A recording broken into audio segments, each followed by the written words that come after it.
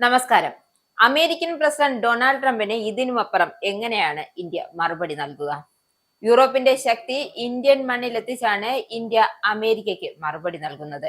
ഇന്ത്യയും ജർമ്മനിയും തമ്മിലുള്ള ഉഭയകക്ഷി പ്രതിരോധ സഹകരണം മെച്ചപ്പെടുത്തുന്നതിനായി 2025 നവംബർ 18-ന് ഇന്ത്യയിൽ നടന്ന ഉന്നതതല പ്രതിരോധ സമിതി യോഗം നിർണായകമായിരുന്നു. ഇരു രാജ്യങ്ങളിലെയും പ്രതിനിധി സംഘങ്ങൾ വിപുലമായ സുരക്ഷാ പ്രതിരോധ വിഷയങ്ങൾ വിശദമായി അവലോകനം ചെയ്തു എന്നാണ് റിപ്പോർട്ട്. ഭാവിയിലെ തന്ത്രപരമായ ബന്ധത്തിന്റെ സുപ്രധാന ഘടകമായ ചർച്ചകൾ ഉയർന്നു വന്നിരുന്നു.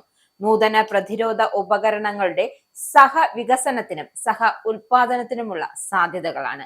സൈനിക സഹകരണം കൂടുതൽ ശക്തിപ്പെടുന്നതിലുള്ള പങ്കിട്ട പ്രതിബദ്ധത ഇരുപക്ഷവും ഉറപ്പിച്ചു പറയുകയും ദീർഘകാല തന്ത്രപരമായ ബന്ധത്തിന്റെ ഒരു അനിവാര്യ സ്തംഭമായി പ്രതിരോധ സഹകരണത്തെ അംഗീകരിക്കുകയും ചെയ്തു. കൂടാതെ ലോകമെമ്പാടുമുള്ള പ്രാദേശിക അന്തർദേശീയ സുരക്ഷാ വെല്ലുവിളികളെ കുറിച്ചുള്ള നിർണായകമായ ഉൾക്കാഴ്ചകൾ ഉദ്യോഗസ്ഥർ പരസ്പരം കൈമാറ്റം ചെയ്തു. ഇത് പൊതുവായ ഭീഷണികളെ കുറിച്ചുള്ള അവബോധം വർദ്ധിപ്പിച്ചു. ഈ ധാരണയുടെ അടിസ്ഥാനത്തിൽ ഇരു രാജ്യങ്ങളും തമ്മിലുള്ള സംയുക്ത പരിശീലനങ്ങളും സൈനിക അഭ്യാസങ്ങളും ഭാവിയിൽ കൂടുതൽ വിപുലീകരിക്കുവാനും തീവ്രമാക്കുവാനും യോഗം തീരുമാനിച്ചു. സാങ്കേതിക വിദ്യ കൈമാറ്റത്തിലും ഉൽപാദനത്തിലും സഹകരിച്ച് പ്രവർത്തിക്കുന്നതിലൂടെ ഇരു രാജ്യങ്ങളും പ്രതിരോധ രംഗത്ത് സ്വയം പര്യാപ്തത നേടാൻ കഴിയുമെന്നാണ് ഈ നീക്കത്തിന്റെ പ്രാഥമിക ലക്ഷ്യം.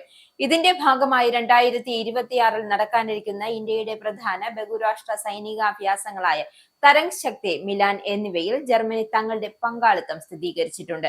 വലിയ തോതിലുള്ള ഈ വ്യോമ നാവിക അഭ്യാസങ്ങൾ ഇരു രാജ്യങ്ങളുടെയും സായുധ സേനകൾക്കും മറ്റ് പങ്കാളി രാജ്യങ്ങൾക്കുമിടയിൽ മികച്ച ഏകോപനവും പരസ്പര പ്രവർത്തനക്ഷമതയും വളർത്തിയെടുക്കുന്നതിൽ നിർണായക പങ്ക് വഹിക്കും.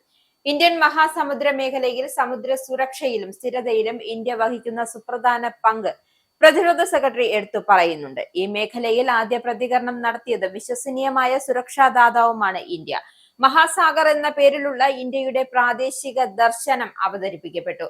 സമുദ്ര സുരക്ഷ, ദുരന്ത നിവാരണം, ശേഷി വർദ്ധിപ്പിക്കൽ, വികസന പങ്കാളിത്തം എന്നിവയിൽ സഹകരണം പ്രോത്സാഹിപ്പിക്കുന്നുള്ള ഒരു ചട്ടക്കൂടാണിത്. മേഖലയിലുടനീളം സ്ഥിരത നിലനിർത്തുന്നതിൽ ഇന്ത്യയുടെ സ്ഥിരമായ പങ്കാളിത്തത്തെ ജർമ്മൻ പ്രതിനിധി സംഘം അഭിനന്ദിക്കുകയും ചെയ്തിരുന്നു. തങ്ങളുടെ പ്രതിരോധ വ്യവസായങ്ങളെ പരസ്പരം ബന്ധിപ്പിക്കേണ്ടതിന്റെ ഉയർന്നു വരുന്ന സാങ്കേതിക വിദ്യകളിൽ സഹകരണം വർദ്ധിപ്പിക്കേണ്ടതിന്റെയും പ്രാധാന്യം ഇരു രാജ്യങ്ങളും അംഗീകരിച്ചിരുന്നു. ഇന്ത്യയും ജർമ്മനിയും തങ്ങളുടെ തന്ത്രപരമായ പങ്കാളിത്തത്തിന്റെ 25 വർഷം ആഘോഷിക്കുന്ന സമയമാണ്. വരും വർഷങ്ങളിൽ ശക്തമായ സഹകരണത്തിന് അടിത്തറ പാകുന്നതായി തങ്ങളുടെ പ്രതിരോധ സുരക്ഷാ ശ്രമങ്ങളെ കൂടുതൽ സംയോജിപ്പിക്കേണ്ട ആവശ്യകതയും ഇരു രാജ്യങ്ങളും വ്യക്തമായിരിക്കുകയാണ്.